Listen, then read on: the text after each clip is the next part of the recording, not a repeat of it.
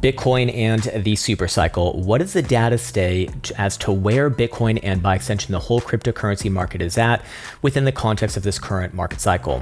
With that said, welcome back to Elliot Trades channel. I'm your host Crown again today with some historical TA as we follow up on a video that we put out, I think 2 or 3 weeks ago now, talking about the cycle length, the expected cycle length, and of course, some fun price predictions as well. As always, we're going to offer up some invalidations, of course, for this whole thesis, but for right now, still holds in the same way that we looked at a few weeks ago. And I should also let you know if you are interested in a daily Bitcoin analysis and a few altcoins here and there, on a more short-term time frame basis, if you think that might be valuable to you, well, I have my own channel where I do exactly that. There is a link in the description below. And with that in mind, let's jump into it right now and waste no more time. All right, so what we're gonna do here is we are going to go through a statistical analysis of all of the past cycles in Bitcoin's history and see what the relationship shows between them and then draw some conclusions for our current cycle. The way that we're going to define this is that all cycles, of which we have 3 completed ones, and we're working on number 4 right now, essentially begin with the low, and the low is defined as your lowest weekly closing price within the context of the green zone of this log curve zone chart. And the highs is going to be defined as the test into the red zone of this same chart and the highest weekly closing basis. Okay, so let's start it off with the first one over here, of which we have our lows in August, September of 2010. And let me just, oh, there we go. There we go. So what I did is I measured out how many days from trough to peak. And by the way, there were some questions about this last time, and some people brought up the idea that you should be measuring from peak to peak or low to low. While I understand that can maybe make sense in some ways, it is not logical in my opinion. The reason being is because your cycle begins with your lows and it ends with your highs, and that's how we can go over cycle gains and whatnot. The important things that I think most people are interested in. Okay, cool. So this first one, 322 days. And there was 37,750% about, I did round here, by the way, from bottom to top on a weekly closing basis gained. Very powerful. All right, so let's move on to the next one. Of course, this one beginning in November, December of 2011 and ending over here in December 2013. And this one was 742 days. There was 46,000% gained. So technically speaking, if you are thinking in terms of diminishing returns, we actually don't have that in the data just yet, just for what it's worth. Now, personally speaking, I do think you're gonna get diminishing returns over time, but it would actually not be true as we have it right now. And this cycle, compared to the first cycle, was about 2.3 times longer, or 130% longer. So the cycles are getting longer, yes, by a good rate right there. Anyways, move on to the next one. Of course, this one starting with our lowest closing price in January 2015, ending at $20,000 in December 2017 on that historic biblical-ish type run. And this one was about 1,064 days long. 9,000% was gained from bottom to top. And this one was 1.43x longer than the prior cycle, number 2, or 43% longer. So already we see that the cycles are, again, they are getting longer. We do see some diminishing returns here. Yes, it's not a trend just yet, however, technically speaking. And the rate at which this cycle is getting longer compared to cycle number 2 is diminishing, which is interesting. So the cycles are getting longer, but the rate at which they're getting longer is diminishing over time. Okay, and then that brings us into our current one over here. Again, starts in December 2018. We do not have a test into the red zone just yet, so I'm running off this assumption, led to believe that we do not have the cycle highs in at this moment in time. And for what it's worth, if I can bring this up over here, or down, actually more accurately said, to this day, on Sunday, this has been 1,101 days long. When we first recorded this series of videos, it was actually the exact same length as the prior cycle at 1,064, and Bitcoin's essentially, not really had a major differential in terms of price action between then and now. Anyways, thus far, from bottom to top, it's gained about 1,900%. Okay, great, but definitely a lot less than the prior, and certainly a lot less than the first and second cycle. And if we're running off the assumption that thus far the rate at which these cycles are diminishing in terms of how long they're getting, we would say it's probably going to be about 10, maybe 15% longer than cycle number 3. Now, I did also put a 40% projection here as well, because, well, who knows, for one, but understand that the projection for the 40% length on top of that, on top of the prior cycle, would very unlikely, at least given the data, not be likely. So what I'm going to do now is I'm going to plot a couple of horizontal lines representing where those dates would be. So if it is going to be 40% longer, again, unlikely, but if it were to be, we'd be looking at an end of this cycle around October, basically Q4 of this coming year. If we were to go about 10%, and maybe even 15%, we'd be expecting the high to be put in somewhere around April, May-ish region. So basically around the half, around Q2 of 2022, maybe even as far as Q4 of 2022 is where we kind of expect that to come in if this relationship holds to fruition.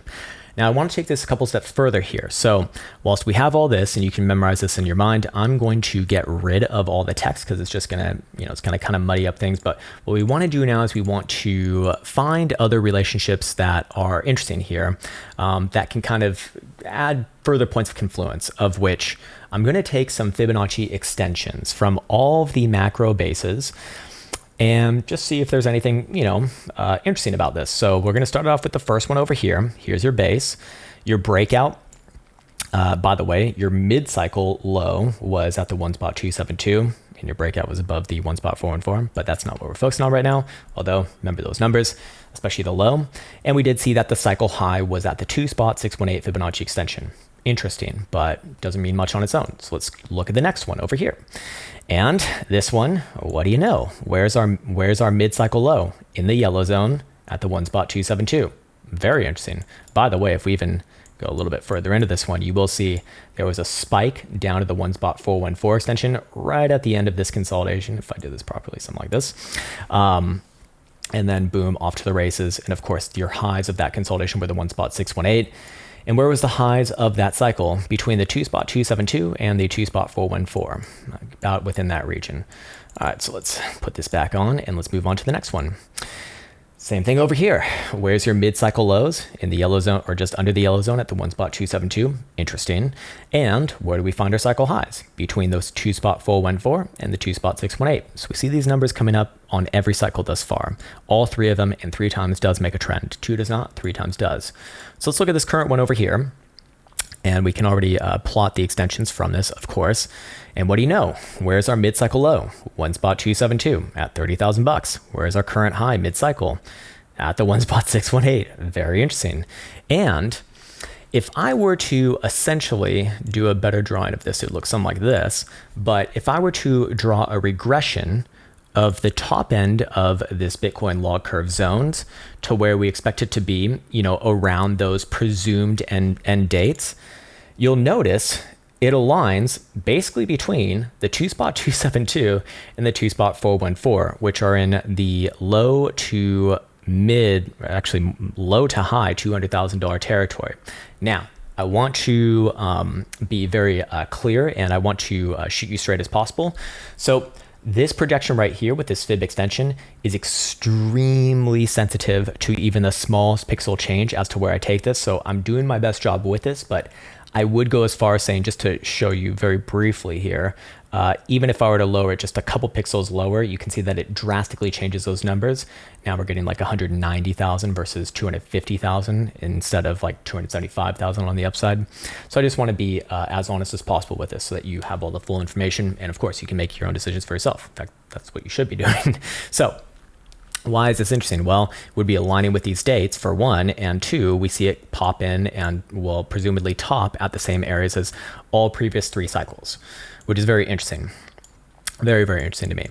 Now, on top of that, I'm actually just curious, how much would that be from our current price action? About 234%. Very interesting, but not too relevant right now. So let's now take this one step further, and I want to focus in on especially the 2013 cycle and our current one right here. So I'm going to get rid of this. I'm going to get rid of this. And actually, I'm going to get rid of the other two for now. Okay, so first and foremost, we do see that Bitcoin just loves these reaccumulation formations in the shape of an ascending triangle. Again, I'm not a humongous pattern trader, but if I had to pick two patterns, or basically one pattern that's the same thing, but opposite, would be ascending and descending triangles. Not symmetrical triangles, don't care about those. They're, in my opinion, not great. But ascending and descending triangles have a very high hit rate in cryptocurrency land specifically.